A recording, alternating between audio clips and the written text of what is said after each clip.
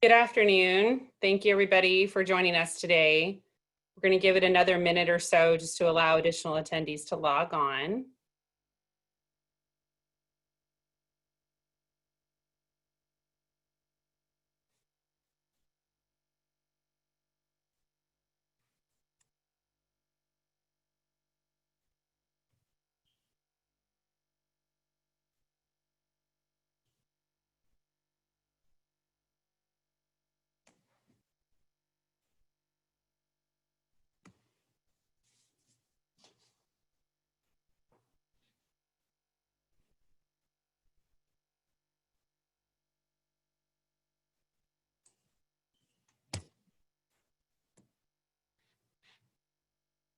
Okay, let's get started. Welcome, everybody. Thank you for joining Beaumont-Orange County for today's virtual town hall, Leadership Strategies from the Top. I'm Karen Flanagan, your Beaumont-Orange County 2020 President and Executive Vice President of Greenlaw, representing Beaumont today. We have a very relevant discussion agenda for this lunch hour. If you're here today, you're likely experiencing new challenges in relation to leadership, management, staffing, culture, and even more. And given everything with, COVID-19 impact, we have a lot to talk about.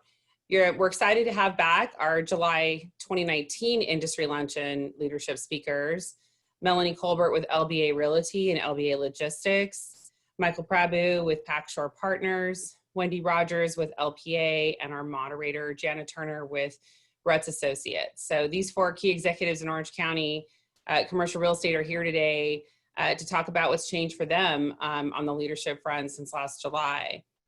I'd like to, before we get started, I want to make sure we please look at your screen. We'd like to take this opportunity to thank today's town hall sponsors.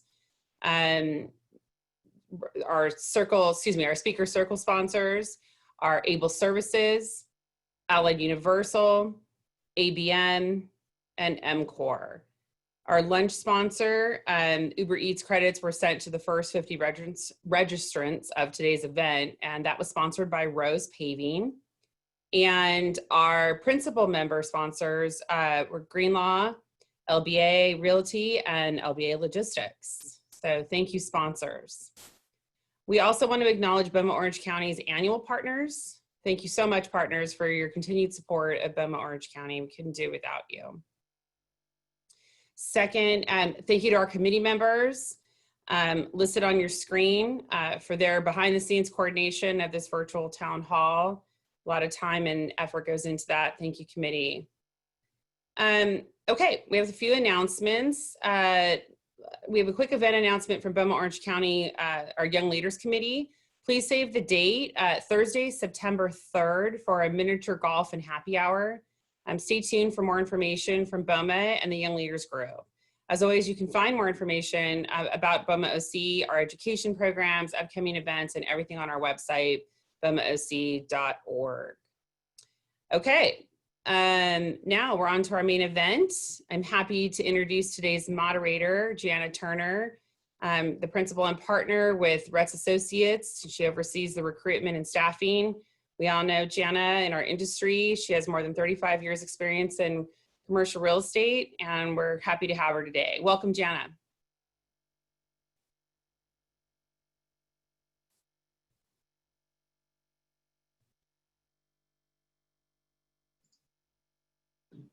Hi, everyone. I'm sorry, I'm having a technical problem. My video wouldn't start. Let me make sure it's going. There we go.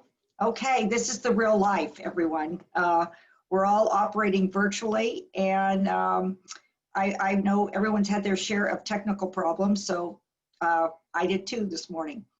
But I really am happy that we're back over a year later, and wow, how have things changed? I still wake up in the morning thinking, is this a dream or not? But never ever thought in my lifetime I would be operating as much as I have from home, wearing masks 24/7, etc. So we're going to talk about how this change, which I believe is a real sea change in how businesses are going to be operating going forward.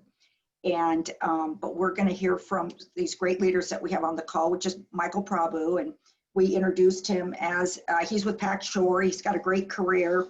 Michael was with JLL and Cushman, and he's got some great things to share. Wendy comes from a little different perspective than the property management. We're lucky to have her. She's the CEO of a large architectural firm in Orange County and LPA. And we're really going to hear some great insights about what's going really on with the office designs. We hear so much going on. We see people, the Brett Whites and et cetera, talking about the office of the future. So we'll see what that's really all about. And then Melanie Colbert, who is a principal of operations for LBA.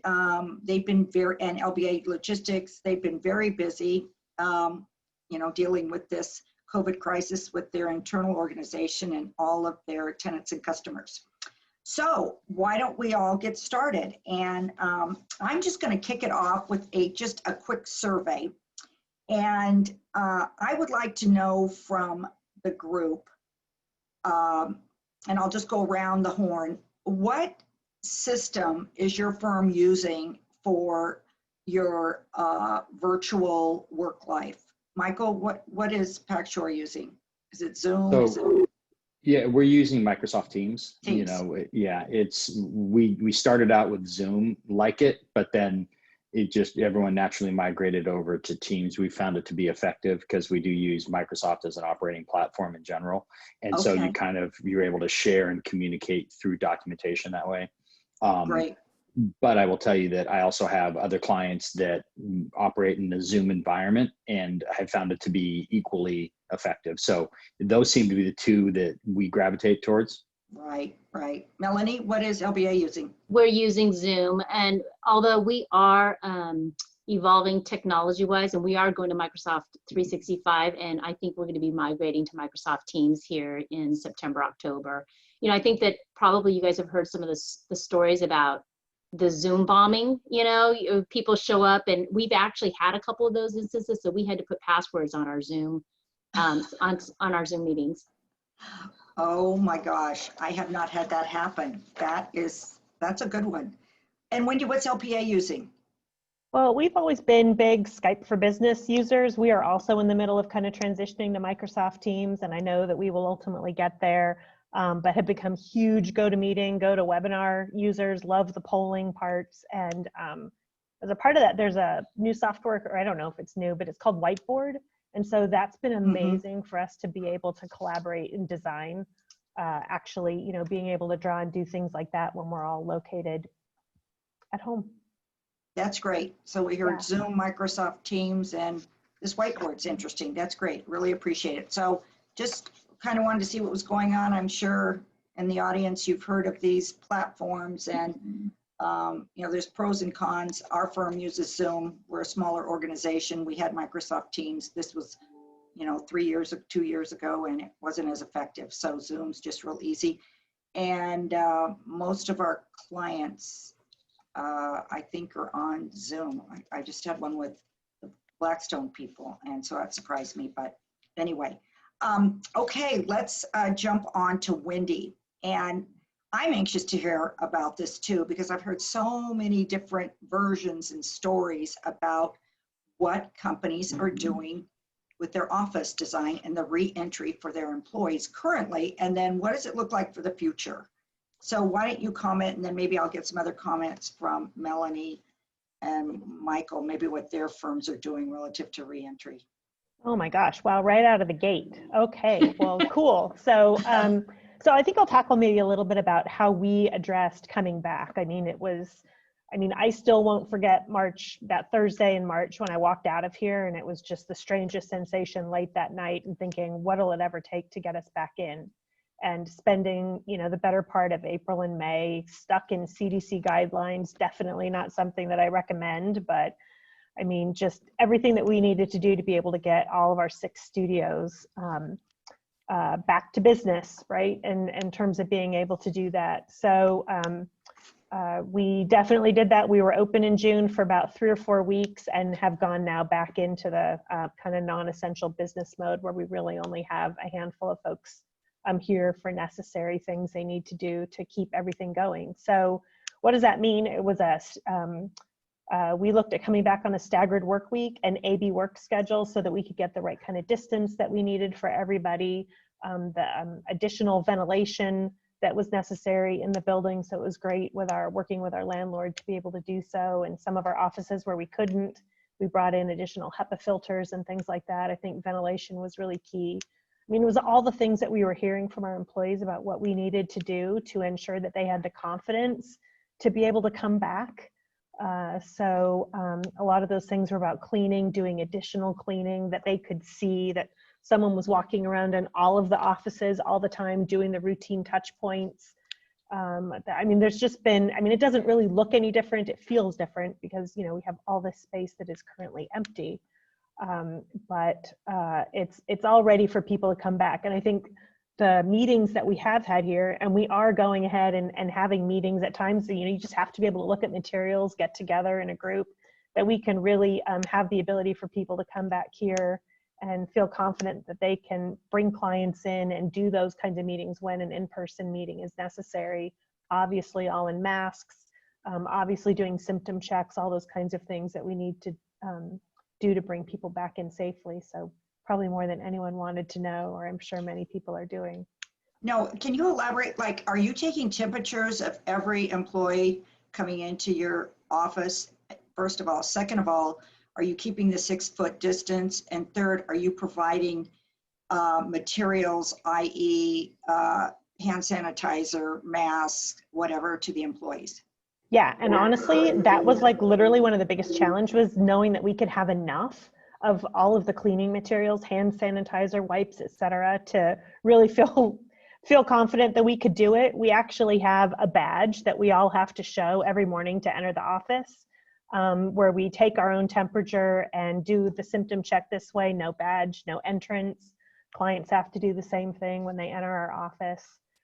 We are maintaining the 6-foot distance. All the desks are well within that range because of that staggered work week, right? So, and that was easy because there are software that a lot of employees have taken home, and we didn't want them doing that day to day. So that means if they were coming in here for week A, they could take those, some of their essential pieces of equipment home, work B. I think, you know, we're learning a lot of things about what that means that I think will apply to whatever this becomes in the future. And you had kind of touched on that. I mean, we have for years, especially when I think of our Bay Area office, had employees that we wanted to hire, or folks that we had hired that were really looking for more flexible work schedules. And I think everyone, you know, there was some reticence about what is that going to mean relative to their effectiveness and productivity. And I think we've learned a lot about how well that's gone, and that it allows us to take these lessons learned and put them into, you know, what this design of the future is going to be for workplace, certainly. Wendy, I'd love to know, what is the health app you're using? What's the badge, and what do you need to do to get a green checkbox? I'm interested too. Yeah. Oh no. It's called Emocha, and it was recommended by our insurance provider. What's it called? Can you spell Emocha, that? EMOCHA. They ask just a couple really simple questions. You know, are you experiencing any of the COVID symptoms, which of course are all posted around, and those kinds of things throughout, in addition to, you know, being able to take your temperature and report what that is. If people don't have a thermometer, although we've reimbursed people to buy thermometers, we have a temperature check in all of our offices up front that helps in that process as well. And so all of us did the first thing, right? You say you have a sore throat, it shows up yellow, right? You don't get access that day. So it's been good. I mean, I don't know kind of where other folks are going through all of this. We've been doing surveys since March. We turned the research back on ourselves, and it was also a great way to just keep having touch points with everyone in the office as we were getting ready for what their comfort level was of coming back, what their concerns were. So a lot of the things we were doing were addressing what we were hearing in terms of being able to get people back here in all of our design studios. Hey, Wendy, can I ask you, you just brought up a point. You went through and you created what we'll call A/B schedules for your teams. What if you had someone that said, gosh, you know, I'm not comfortable coming into the office? How did, you know, how did you treat that individual? Did you say, we're fine, you can stay at home, work from home, or how have you had those conversations? Yeah, 100%. And so one of the biggest things that we've done through all of this that I've done has been a bi-weekly. We were doing them weekly for a while, and then in May we went to bi-weekly all hands meeting. So 30 minutes, touching base with everyone, communicating just kind of what's going on, some good news to share, celebrating some aspect of what's happening in the business, and then kind of just answering questions. So they could submit any questions they want. I'd kind of take it into big themes and address those. And so we knew that we probably only ever had about 20% of the office that were comfortable coming back. This whole time it's been, what do we say? You got to give people a lot of grace right now. Totally voluntary for those who wanted to come back, they could. And you have some people where they just are more focused here, feel like they can be more effective when they're here in the office. Maybe their home is real crowded, right? They want to get out of it for a little while. And we've had some people who have yet to ever come back. Right? Got it. So the AB schedule kind of works on an if-then. If you're comfortable, then you can come in here. It's I got a lot of voluntary. chocolate sitting on desks that no one's eaten yet. Yeah. Let me know where it's at. I'll be right down. Yeah, you got it. So Melanie, do you want to comment a little bit about your office environment at LBA, what you guys have implemented? Yes, so similar to Wendy, it's on a voluntary basis only. With the state of California having the work from home mandate still, I mean, it's hard to encourage people to come to work who aren't comfortable, right? So we created we call it Be Safe. We put together a protocol. It's an infographic that provides, if they want to come in, what they need to do and what to expect when they come in. We do a temperature check. It's called a Meridian. It's a kiosk that looks like an iPad on a stand. You put your face up to it, it takes your temperature, and it gives you the green light to come in. We had looked at deploying an app, and we are on hold for it right now. So there's a clipboard up front. So if you come in, you log in, and you take your temperature, and then you're good to go. But there is, probably the same things everybody's requiring. You have to wear masks, you have to social distance. And we only have about 5% of our population coming into the office right now. So it's really easy to social distance. No visitors in the office. We have some ground rules, but very similar to what Wendy's doing. Yeah. But on the operational side, we did the AB teams because we are considered an essential business and a lot of our tenants are essential. We have had AB teams at our on-site management offices so that we can continue to support our tenants that are coming in and operating. Even though people are not at full staff, there are representatives from every company that are coming in every day, checking mail, deliveries and whatnot. And there are some essential employees who just can't practically work from home. So we want to make sure that we're continuing to support them, especially when we're expecting them to pay rent, right? So you got to make sure the buildings are continuing to operate. So. And how many employees do you have at LBA? We're about 200 direct employees. Okay. And then of course we have a lot of outsourced, we have engineers and of course our janitorial and staff, security staffs, and we are having all of them have temperature checks too. We provided temperature scans, and they're all checking in centrally at all of our building offices to give some of our tenants some comfort that we're doing what we can to make sure that people that are working are healthy. So Michael and Melanie, maybe some recommendations. We're all reducing costs, trying to avoid the payroll reduction, but with your services firms, have you all reduced their scope of services, number of days for janitorial, security, engineering? Can you just comment on that for the audience? Yeah, so, it's interesting for Packshore. So within the last, 12 months, we've kind of shifted away from direct property management employees into third party. So, we have a mix of Cushman & Wakefield and River Rock supporting us in that regard. And so for us, we've been working very closely with those management firms, knowing that property managers as a whole are, incredibly important and vital to the operation of the buildings, to make sure that they're still engaged and they're, you know, actively managing the building. So we haven't reduced at that level. When you go down into the service provider level, whether it's engineering, security, parking, janitorial, we're evaluating each building on a case-by-case basis. And we have reduced, we've got one building where the parking operation was completely eliminated. We've got another building where the parking operation stayed in place. And it really is on a case-by-case basis. We have reduced the frequency of cleaning at night in some buildings, but we've increased the labor during the day because we want more frequent cleaning while we know the employees are on site. So it's really on a case-by-case basis, but what we've had to do as a result is manage it to a baseline and then reevaluate in 30 days and see if that's working. So it's a constant manipulation. So a little bit like what Wendy's talked about with, you know, going from weekly meetings to bi-weekly, you're having to really quickly evolve as things change and as people get more comfortable going into the offices, or as we get more nervous. And so we've kind of been a mix of, you know, reducing schedules and adjusting as necessary.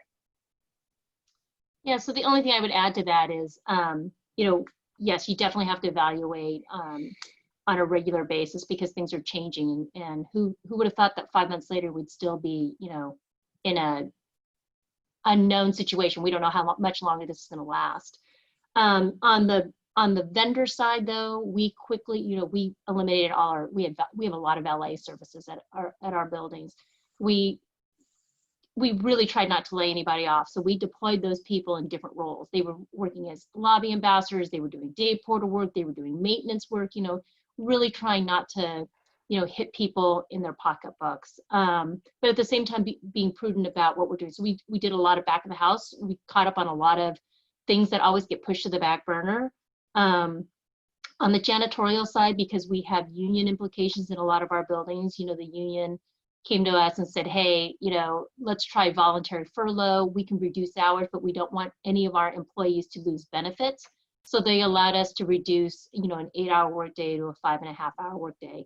We first took it on a voluntary basis, you know, hey, anyone who wants to do a voluntary furlough, that was our first phase. But we are reducing hours now. I mean, we definitely don't need the workforce in the evenings for night cleaning. And to Michael's point, we shifted, we actually are starting our night crews earlier so that there's an overlap, so that for people that are here, they see them. So they're starting at 3 o'clock in the afternoon versus, you know, before they were starting at 5 o'clock in the afternoon. And our day porter staff is about the same, but we're just spending a lot more time focusing on high touch areas and really focusing on the visual parts of the common areas and whatnot.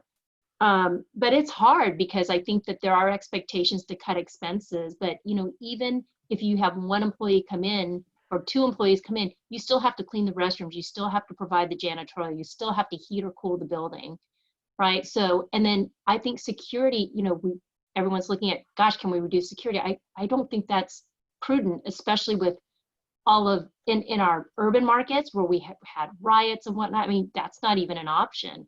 And I think that as owners and operators, that we need to give our buildings and our tenants a sense of security and a sense of normalcy. So we've tried not to cut back too much. Okay. Yeah. We actually have 2 examples where we've actually increased security in buildings for exactly what Melanie talked about. We A, had concerns about the overall safety of the building, but B, we also wanted to create a perception of additional security for the employees when they were there, because there was lower head count overall in the buildings. So there's an emotional connectivity to making sure that you feel secure in your environment. So seeing more physical security presence from officers was important in one scenario. I've had a couple questions from the audience. When you're talking about these A and B work schedules, I'm assuming 1 week in, 1 week off. Are you doing on a weekly basis instead of, is that kind of what's going on with everybody? Yeah, that was When how you it was stagger, for when you, us. okay, Yeah. what about, okay, is that pretty much? Ours is 1 week on, 1 week off, although we really debated on, should it be Monday, Wednesday, and then Tuesday, Thursday, and then everyone work from home on Friday. We debated it, you know, and talking to, especially for our team members with small children, it's really hard to find a slug of support for a whole week. so they really preferred to do the 2 days a week. But ultimately, we just decided that there's less possibility of transmission on a week on, week off basis. And it was just easier to manage, from an employer standpoint, to go 1 week on, 1 week off. Right. Another tough question. Has anyone had an employee contract the virus, and how did you handle it? So I can go first. So Packshore has not had anybody test positive, but I will tell you, I had an experience on Monday morning of this week where I got a call from a general contractor that we're working with on the development of a project, where he let us know that the superintendent on site for that job had tested positive over the weekend. And so we instantly had to go into the communication process, shut the job down, disinfect the site, and have certain people that we knew had come in contact with that individual go out and get tested. And so that's as close as it's come to us, but it does have an absolute impact, because that job is now pushed out on schedule 1 week. And it just, and fortunately the individual is doing great. He's working from home, and, he's 6 days into it and is feeling great. So knock on wood, good prognosis there. However, you instantly have to have, we had already established on all of our job sites, if someone tests positive, what do we do? And there's a specific protocol that we go through, and that was followed, and it seems to have worked out well. Anybody else have someone? Yeah, we've had some of the similar exposures on construction job sites where there was exposure on the job site, and so folks had to quarantine. But we haven't had anyone who actually had the virus as a result of being here at work. So We're really fortunate. We had a spouse of one of our recruiters who was in our Newport office. So, of course, everyone quarantined for 2 weeks and did all the regular protocol. But what's interesting about this darn disease, the spouse got it. I mean, that the other spouse did not get it, nor the children. That's how weird this thing is.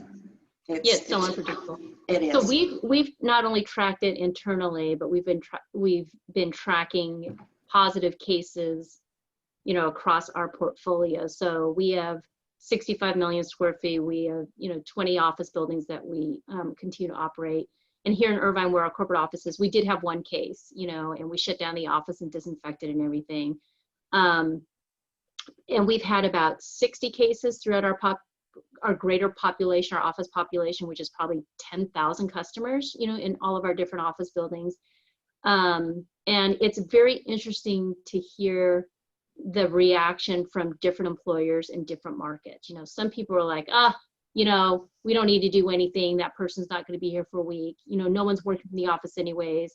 And then other people are like, oh my gosh, we've got to shut down everything. No one's going to come in for 2 weeks. We're going to disinfect everything from top to bottom. I mean, it's really different. So to your point, Jenna, about how people react differently to the virus, physically, emotionally, they're also very diverse in terms of how they process it. Yes, I know. Okay, let's jump over to, we've all talked about our employees, high percentage working from home and working remotely. Are you seeing any productivity changes, drops, or increases? Or what are you seeing? That's number one. And then what are the biggest challenges your employees are sharing with you about the remote work environment? Well, I would say, go ahead, Michael. So I'm sorry. So it was interesting. I was reading an article today from the National Bureau of Economic Research. They just came out with some interesting stats. So the average workday has increased by 48 minutes. The average employee is taking more meetings, yet the average meeting is 20% shorter. And so what people are experiencing is, as they're working from home, they're working longer hours. They're doing more of this. They're on Zoom, GoToMeeting, they're having these more frequently to get work completed. But these meetings have become much more efficient. And so the 20% reduction in overall time frame is making people much more linear focused into the process that's taking place. And so for us, I think we kind of, after the first, 30-day bombshell of everything that happened and trying to figure out how to reorganize and reorient what we were doing, we really tried to encourage everybody that is part of, and Patchwork is a small group, we're a dozen employees right now, and then we've contracted everything out. But for the dozen employees, what we've done is we've tried to tell people to create routines, be consistent, and have a work-life balance where, you're not sitting there, working from your couch at 9 p.m. at night because, you saw an email come through. We're trying to create some balance so people can reset themselves and get to healthy environments where they're engaged. So when we are asking them to, be engaged on the work process during the day, they can get things done. And so trying to set rules and guidelines and boundaries for people is been challenging in this time, because you're also asking their people to make their home their office. And so, but we've worked through that, and we've gotten some really good traction on that in the last 2 months or so, where people have gotten in the routine of how to work from home, what it means, to have a routine and a structure and an environment that they go to in their house and make sure it works. And I think people are more efficient now. For us, we're experiencing that, turnaround times on, financial reporting are quicker. Client communications are coming out more effectively, problem resolutions happening on a more expedited basis. So overall, things have gotten better, but it's interesting to see how the statistics are bearing out against what we've experienced. That's interesting. And then I want to go to Melody, because I was saying, I think it was CNBC, that the remote fatigue is starting to set in, that while it was a newness and everybody got into it and got in the groove and this is kind of cool and do this, especially with, children or elderly parents, it's just, the fatigue setting in. I want to go back to my office where there's some normalcy and I think focus. So that's going to be interesting to see how the productivity continues on going forward. Melanie, what about the productivity of your group, and any feedback with that? Yeah, I will say productivity, I'm just, as a manager, it's just harder to gauge, and productivity, I don't think is just meeting deadlines. I think there's a mental piece of it, and not being together as a team. I mean, there's definitely some productivity drops, because, those what we call, pass by meetings, or having someone ask a question, answer it right there. I mean, there's definitely some efficiency in just getting things moving forward when you're all in the office together. But we've been really good about meeting deadlines, and we have been, we've had so many priorities and initiatives that we're just firing on all cylinders, from fundraising to, managing our assets to, doing a reforecast, and now it's budget season, so we are firing on all cylinders. But I will tell you that the challenges you asked about, I just read the McKinsey report, and I don't think this should be a surprise to anyone, especially the working moms, is that working moms are really struggling more with balancing the work and taking care of the kids, and especially kids that are parents who have school-age children who are trying to be teachers, and they have to be cared for, they have to be fed, they have to be entertained. I mean, and then they're trying to be on a Zoom call at 11 o'clock and try to act like they're still working from home and be productive. I mean, those are the real challenges that the teams Let me ask you, and I guess Wendy, what are you doing to help with this fatigue or this stress? Are there anything the company's doing with some of these folks? We've had just a really strong interest always in well-being. We actually have a balance program that we had 3 times a week where, we brought in someone and they would go out and do yoga and different kind of workouts. Well, all of that went virtual, and it was really cool because we could do it in all of our regions that we practice. So we've had significant participation in that. Once a week, they'll do a mindfulness session, right? That just lets some people really just kind of get in and manage with what it is they're dealing with. So that's been a huge success for us. Anything else anybody's doing to help, especially these? I just think providing a lot of flexibility and a lot of empathy for what my kids are all grown, so I don't have the challenge but you know, on Zoom calls, I see it, I hear it. I mean, Jana, you were talking about your cat coming into the room or your dog coming in the room. I mean, there's kids coming in the room, you know, and having Yeah. temper tantrums because they don't Yeah. understand that mommy can't help them with whatever they need help with, right? So, I mean, I see it, and I just, you know, and I know that they're stressed out because they're trying to be in a work mode, but then yet, you know, they're trying to deal with, you know, the children issue. And it's a real issue. I mean, it happens every day on these Zoom calls. So it's really trying to be mindful of that and not making them feel stressed out about it, you know, like making, you know, like Jana, you were sharing that boo-boo, you know, example earlier, you know, just like making light of it and not putting like, you know, having an attitude of like, oh my gosh, you're interrupting a meeting. You know, I mean, I think that goes a really long way in showing empathy. Yeah. I can just comment on this. You know, we have a high workforce of recruiters that are working mothers. And so we've, since our onset, I think 70% of our recruiters are working mothers. And so we have seen such an increase, and we have our weekly calls, and we can pretty much tell, like on Tuesday, I called Kent, X is really struggling. So then we double team it, one right after the call, and then I do in the afternoon. I'm kind of the levity person, you know, okay, let's talk about it. Or we send them something. You know, another one 2 weeks ago said, admitted, I am so stressed out. I can't stand this. The dogs got out. They ran down the street. I was supposed to have a Zoom call. I had to tell the client, was like, where were you? And the kids were doing this and that. And she's, I'm just going to pull my hair out. And we have to laugh, you know, well, did you get the damn dogs? You know, that's the important part.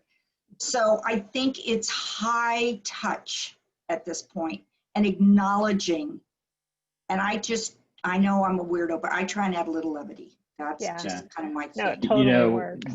Jana, I'll give you an example, kind of piggybacking off of what you just said. So I talked earlier about how we've outsourced a lot of our management and some of the baseline operations of our buildings. One of the groups that we did retain is we had 4 building engineers that were direct employees of ours, and all 4 of them are men. 3 of the 4 have kids. And all of those kids are in elementary school or younger. And so acknowledging that all these kids are no longer going to preschool or to school again, we made a point of making sure that we understood, you know, what was their work-life balance going to look like? How were they supporting their spouses with having kids in the household where, you know, one of them was a stay-at-home mom, the other 2 worked, yet they were now staying at home with the kids. So we've been flexible with our engineer schedules too, to make sure that they're creating a work-life balance that supports their holistic family. Because if they come to, you know, the building and they're not productive or they're not effective, they can be a potential liability to us. So we've had a couple guys where we've shifted their schedules so that they can partner with their spouses more effectively. And so that goes back to your point about engagement, where, you know, we're kind of dividing and conquering as principals, making sure we're constantly talking to the guys about, how are you doing? How's your family? How are the kids? What can we do to help you? Making sure that we know that, and then communicating amongst the principals so that we all know how everyone's functioning as it relates to their emotional well-being at home and how that translates back into their work environment. Sure.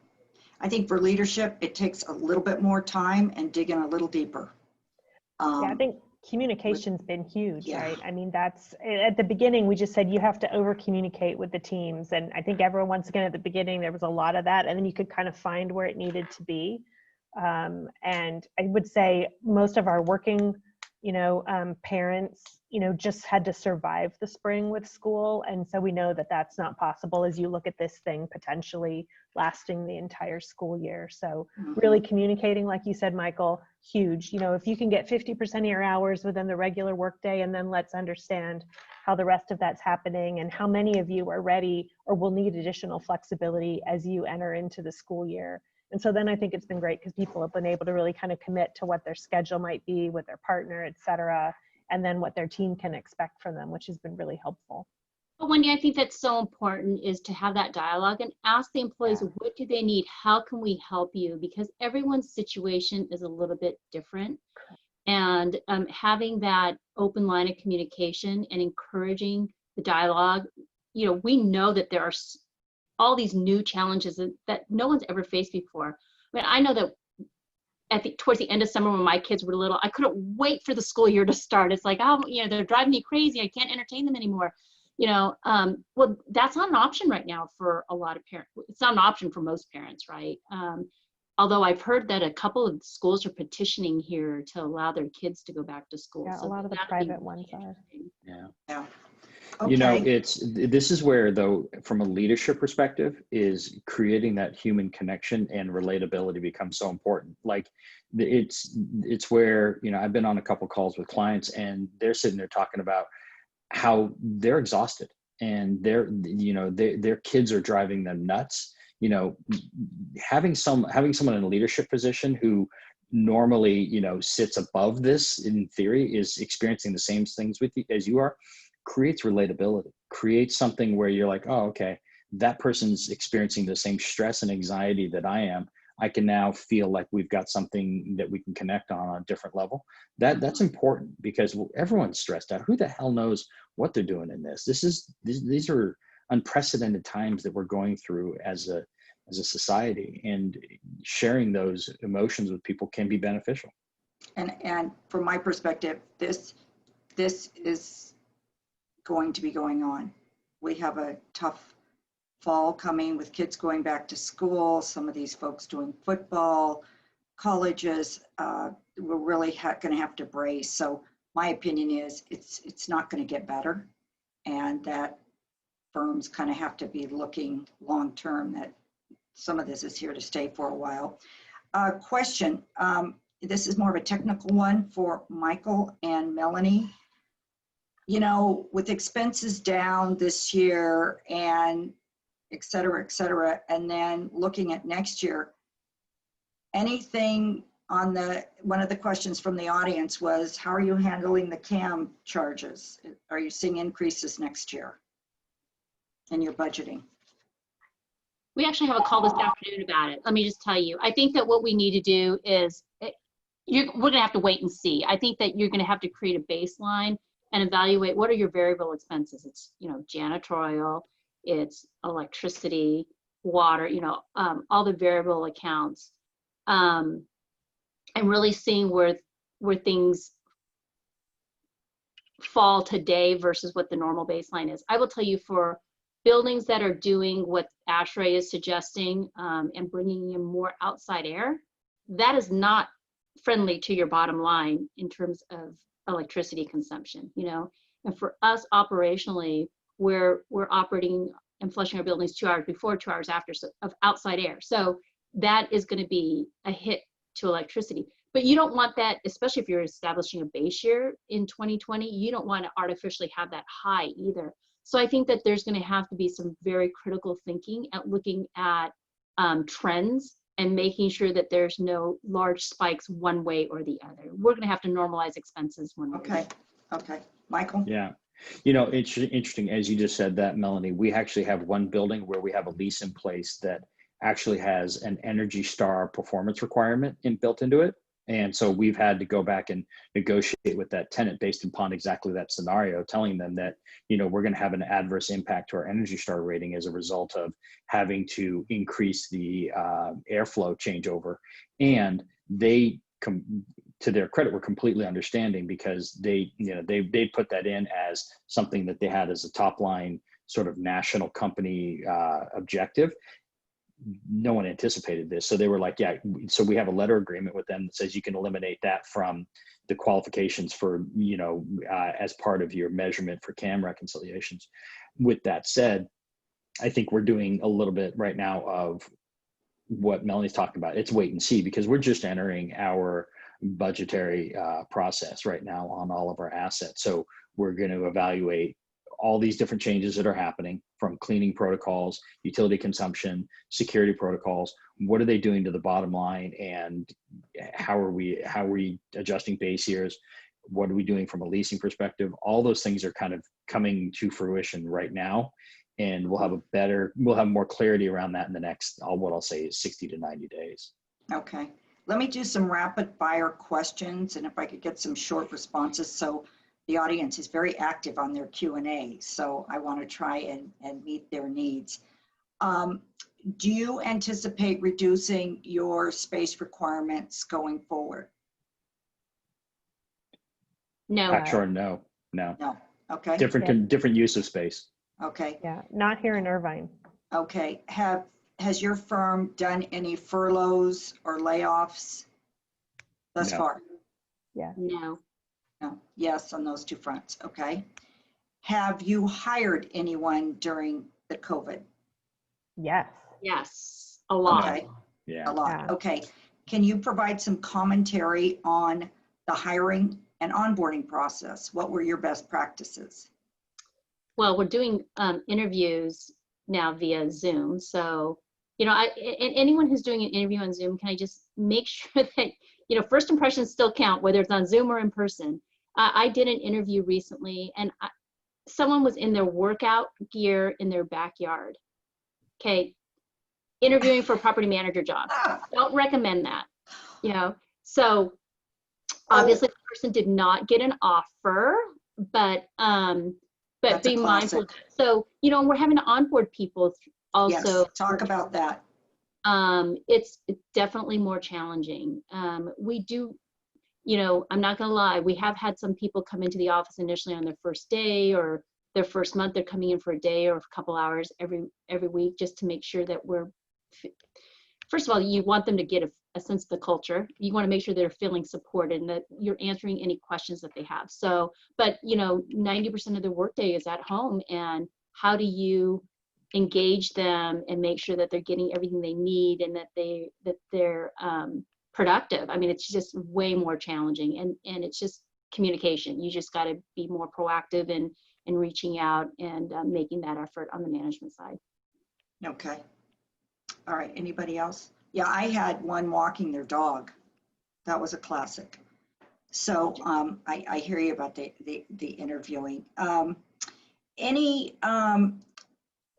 What about you, Wendy? Are anybody doing an absolute remote onboarding that you don't see them? Yeah, no, we did. We actually last Wednesday, I had my Interact session for all of our new interns and grads, right? So usually we fly them all here. We do this whole kind of welcome to LPA and ask questions, and it's just fabulous. And we had to do the whole thing this way.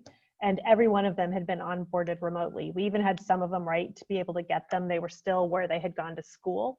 And so they were working from those locations. And so a lot of them, we had to send them a laptop. We give them an LPA pal, right? So that they have someone that they can really go to with questions.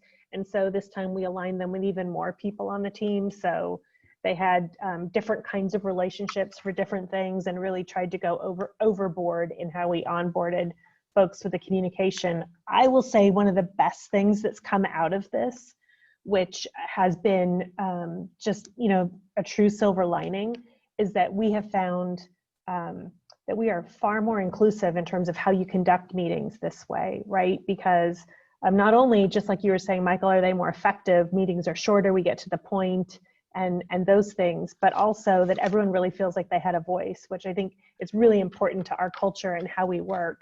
But at the end of the meeting, you're like, Melanie, what did you think of that? Michael, do you have any last thoughts, right? Because everyone's equal. You don't have two different conference rooms where someone's at the back of the conference room virtually, or some people that are here and everyone else is in the conference room, and the experience is very different. So I think it's taught us some really good habits, which I hope we will take forward into the future.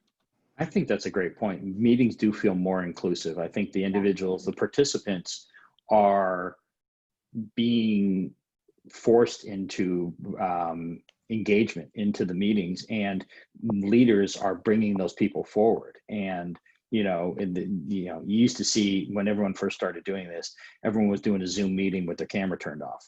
And then slowly but surely, people started turning it on, because you want to see people's faces, even though, human beings, we visually are connecting three-dimensionally. If we're not getting that, we at least want two dimensions. So we get to see your face and hear your voice. It's very much so.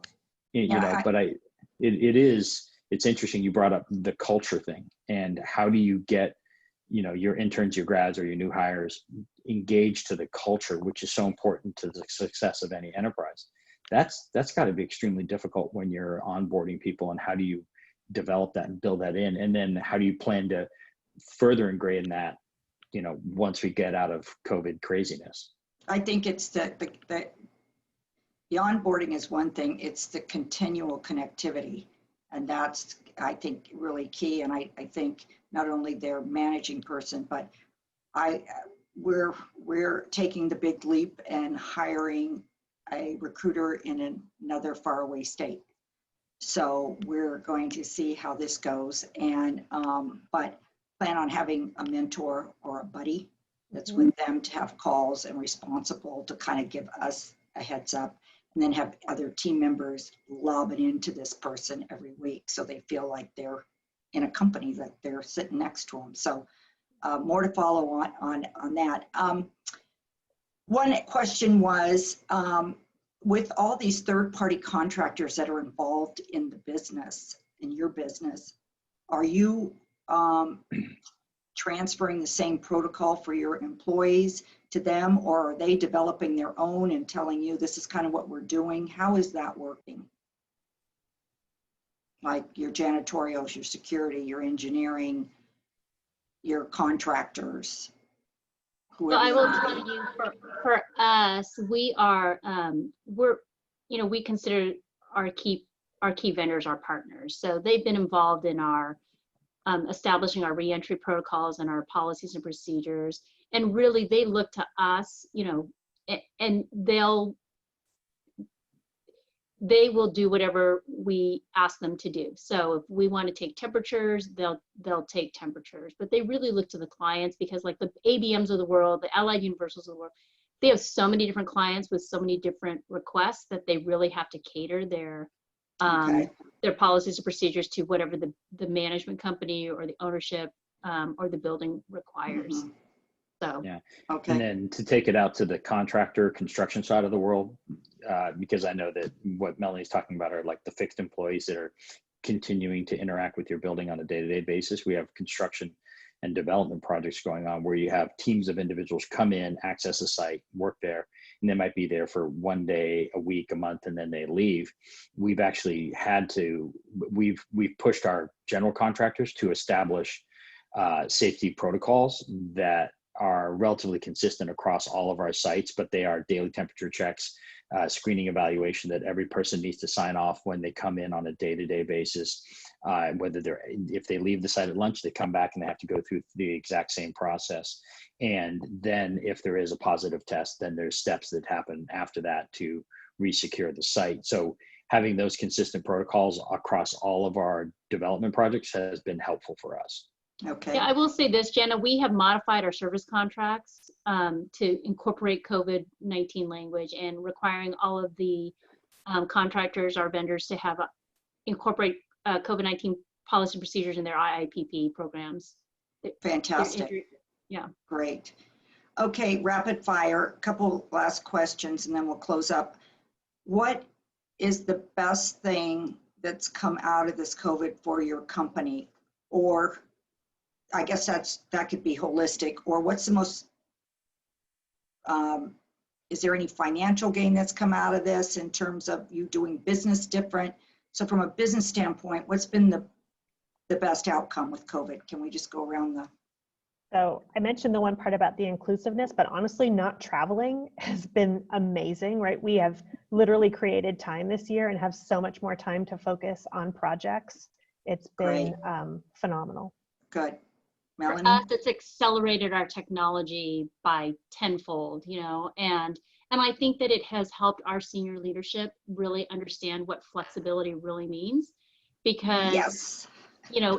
That's been something that we've struggled with. It's like, we've kind of traditionally been a butts and seats company.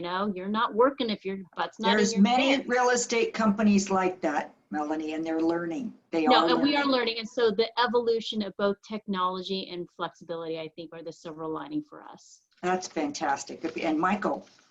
So two things are, first of all, we've been linear focused on making sure that our employees and our assets are protected. So, where we've had to go in and have some very intense negotiations with tenants on renegotiating their leases, we've done that in certain circumstances. We've also, from a communication standpoint, figured out how to work incredibly effectively with everybody not being in the office at all. You know, we just like, I've got a partner in Montana right now, another one in Idaho. We've got 2 people that are in Oregon visiting family, and they're all getting work done. And so we've been very linear focused on making sure that we're executing the business requirements of our company. And the second thing is that I haven't put a suit on in 4 months, and I don't think that's a bad thing. Yes, I love that. One final piece of advice you have for the audience in weathering through the balance of this year?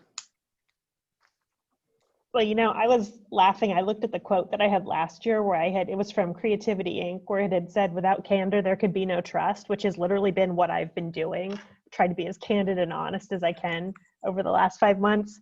But I'm reading a book right now that just says, it's called The Art of Possibility, and Rule 6 is don't take yourself so seriously, right? So really lighten up and show that human side. And I think that's fundamentally what it's going to take to get through another year. Great. Smiling helps on Zoom too. Yeah. Melanie. Yeah. So I actually took this off my bulletin board in my office, and it's a quote that that I shared with my team at the beginning of COVID, and its attitude is everything. Life is 10% what happens to you, and 90% is how you react to it. So, you know, who knew?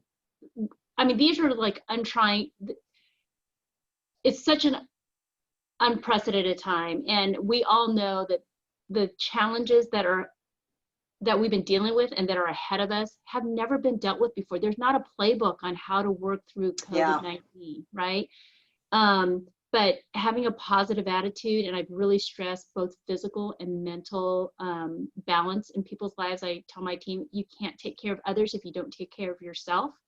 And I know that, you know, like I said earlier, everyone has had unique challenges in dealing with this, but having a really positive attitude, I think, will carry you through a lot of these challenges.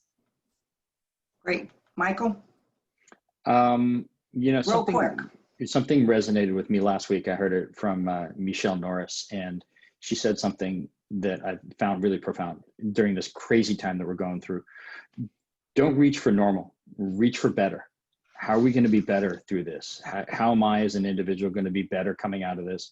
How are we as a company going to be better? How as a society are we going to be better? So normal doesn't exist anymore. So I'm trying to figure out what my new better is. And I would encourage everyone to try to figure it out for themselves as well.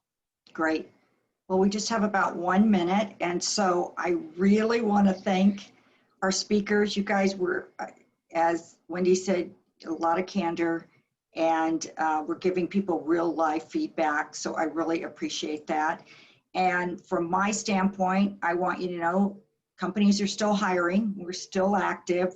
We're in a essential business. So feel grateful about that. And I want to thank the speakers, but I want you guys to remember about the positivity, levity, and over communicate. And I think that will help you. Easier said than done, but I hope today helped everybody and you had some good takeaways, and the questions were fantastic. And thank you for helping us guide us through this presentation. Okay, Karen. Thank you, Jana. On behalf of Beaumont Orange County, I just want to thank the speakers as well, Melanie, Michael, Wendy, and also Jana, for all your valuable leadership, tips, takeaways. Agreed, this is just such an unprecedented, I know everybody's so sick of the big U word, but time, and people are still navigating it, and it changes weekly, monthly, sometimes daily. So really appreciate all that you offered all of us today. All of our attendees, we hopefully you found the town hall useful and educational. On the screen, there's a link to Beaumont International's coronavirus resource website, Beaumont Orange County's website, and contact information. And if you have any questions about today's discussion, or if you have any more information about Beaumont Orange County or how to get involved, please check it out. Again, thank you everybody who joined for the discussion today. Really appreciate it, and have a great afternoon. Okay, thanks everybody. Thanks everyone. Have a wonderful day. Thank you.